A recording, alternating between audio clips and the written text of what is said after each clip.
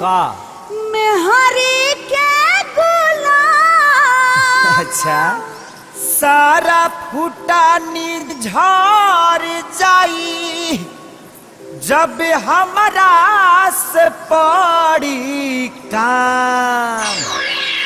घर सम्हारा जातानी हम नैहर तुरा के खूटा हो।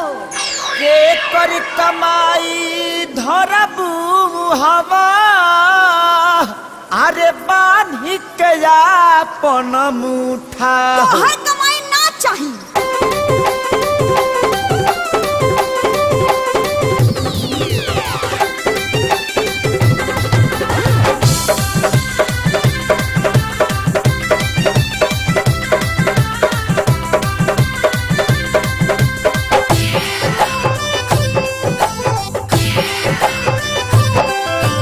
अब की ना ले आई बाजे सामान कुल सिंगार के। त का कर लेबू बोला।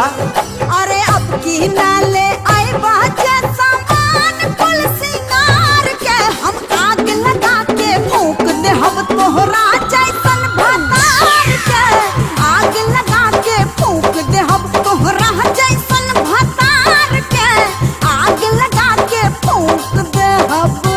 तनी कंट्रोल रखा। आग लगा के फूकबू जे हमारा जैसन भातार के तक करा संगे सुतबू बोला।